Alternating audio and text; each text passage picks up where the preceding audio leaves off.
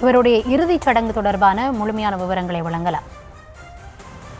அதாவது இப்ப தற்போது மரணம் அடைந்திருக்கக்கூடிய முத்து அவர்கள் கிட்டத்தட்ட 1948 பிறந்தவர். கலைஞர்களுடைய இந்த மூத்த மகனாக இருந்தவர். அவருடைய பல்வேறு திரைப்படங்களில் அவர் கதாநாயகனும் நடித்தவர். மேலும் எம்ஜிஆர் திமுகவிலிருந்து பிரிந்து அண்ணா திராவிட முன்னேற்ற கழகம் துவங்கியதிலிருந்து பல்வேறு திரைப்படங்களில் எம்ஜிஆரை போலவே நடித்து, திமுகவிலிருந்து கூட எம்ஜிஆரை போலவே நடித்து புகழ் பெற்றவர்.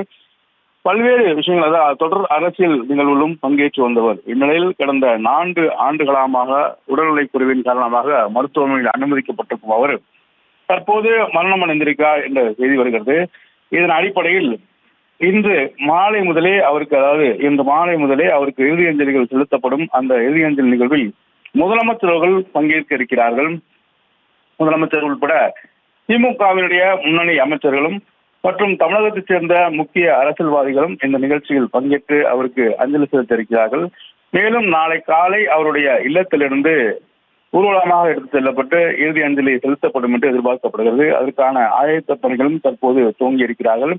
மேலும் கிட்டத்தட்ட பல ஆண்டுகளாக அவர் உடல்நிலை குறைவின் காரணமாக, குறிப்பாக வயது மீட்பின் காரணமாக அவர் மருத்துவமனையில் இருந்தார் என்பது குறிப்பிடத்தக்கது. அதன் அடிப்படையில் தற்போது அவர் மரணம் அடைந்திருக்கிறார்.